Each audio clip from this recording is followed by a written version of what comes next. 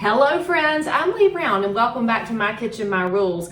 Now today is less of an intense recipe. Friends, I'm going to give you a hack, and sometimes you need a cooking hack so that you can look like a pro, whether it's around your family or friends, and especially at this time of year when we have reasons to have people over. Now you might be having people over to watch the Super Bowl or watch basketball, and so you put on your team's jersey. I've got on my team's jersey because I don't really give two rips about the NFL, but I do like to eat football kind of food.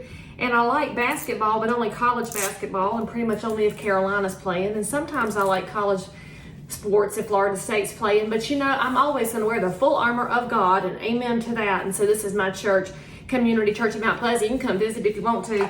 But here's what we're going to make today. I'm going to show you a hack for guacamole, right? And you know you love guacamole. So here's the thing about guacamole. It's good for you because avocados have the good fats in it, and you're supposed to eat good fats. And for the record, my guacamole might be a hack, but you're gonna know what's in it, and that's an important part of health. So first off, I'll tell you, if you're picking avocados up at the grocery store, you should pick it up and feel of it. If it's hard as a rock, it ain't ripe yet, and so you're gonna have to let it set around in a brown paper sack or something. So if it mushes a little bit, it's ready to roll. If it mushes a bunch and your finger goes through it, then you don't want to buy it. But also, don't be that person that leaves it on the produce rack. I just go make friends with the people in the produce department, and I said, hey friends, y'all got an overripe avocado right here. And they're very grateful. They're very grateful when you tell them things instead of just being a gross person. So you slice it down the middle, twist it, and shazam, that's how you get into your avocado.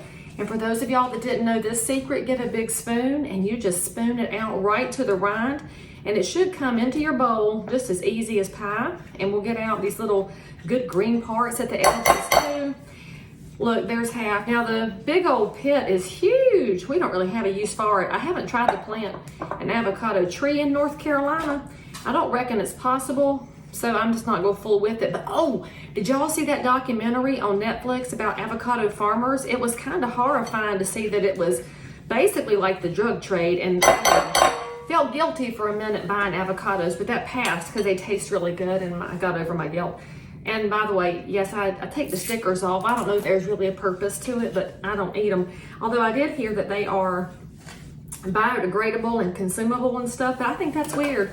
So my recipe, which is enough for a reasonable number of people, is 2 avocados, a nice large size.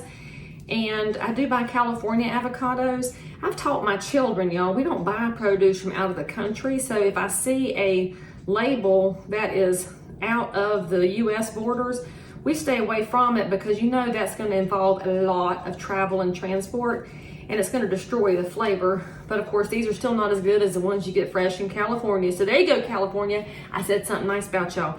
Okay, so let's get the skinny out of that one. Now, if you see a little brown spot, it won't hurt you, my friends. It will not hurt. If all of it's brown, I don't reckon I'd eat that one. But see, this one's got a couple of brown spots in it. You won't notice it as soon as you mix up your avocado. Then you put a chip into it. You're in good shape. All right, so that is step 1, is get the, step 1, we get the avocado in the bowl. And now, move over here, this camera, we're just gonna mash it up and get the chunks down. If you get one that's not ripe, it's not gonna mash real easily. And for the record, if I weren't chattering, I would probably be done by now, but y'all know that I'm just giving you a second to get your ingredients together too, because the next ingredient we're gonna need is lime. So go get your lime while I'm mashing, because you probably got mashed already.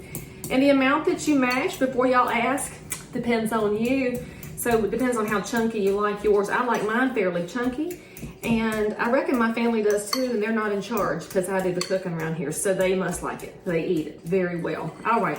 There's my mashed up avocado. Next thing we need is 1 lime. So we're gonna cut it half in 2. Now, if you have a juicer, you're gonna juice it. If you don't have one, you can squeeze it. I happen to have arthritis, which is why I need tools like this. But I imagine that I could make do without it. So we're gonna get the juice of 1 lime.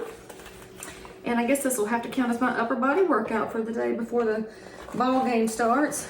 So remember, your family's on the way over, your friends are coming, you've got to go to small group, you've got to have a party for your friends and neighbors. This is going to make you a pro in 1 second. There's the juice of 1 lime.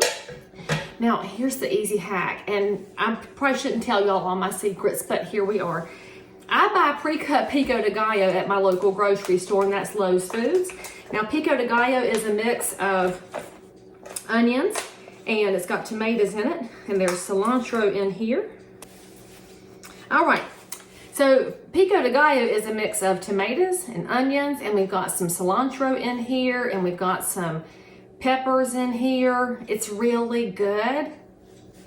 So look, here's what I'm gonna do. Instead of cutting all that up, I'm gonna scoop some into my mixture here. What? I know, see? Now look, good guacamole has tomatoes in it, and it has onions in it, and it also has some cilantro in it. And so look at that. All I did was buy the fresh stuff that was pre-cut at the grocery store, and now the last thing I need is, of course, a little bit of salt. I'm using kosher salt because I can. You probably need about I don't know, start with a quarter of a teaspoon and mess around with it a little bit to get it to your liking. And I'm gonna mix it up. And look at that, y'all. You have the best guacamole ever. People will rant and rave over it. You've controlled your ingredients and given yourself some good fats. Now let me get a chip and I'll try it for the video. So now you've got time to have a snack before your friends get here, before the game starts. I'm using my blue corn chips from Lowe's Foods because they were on sale this week, frankly. You can get whatever chips you want. Look, get you some. Oh my God. Now, the only problem is, do you double dip when nobody's looking? Or do you hold back? You'll have to vote in the comments if you are a double dipper or if you hold back. Enjoy this. Try not to eat the whole bowl. Subscribe for more, and I'll see you next time on My Kitchen, My Rules.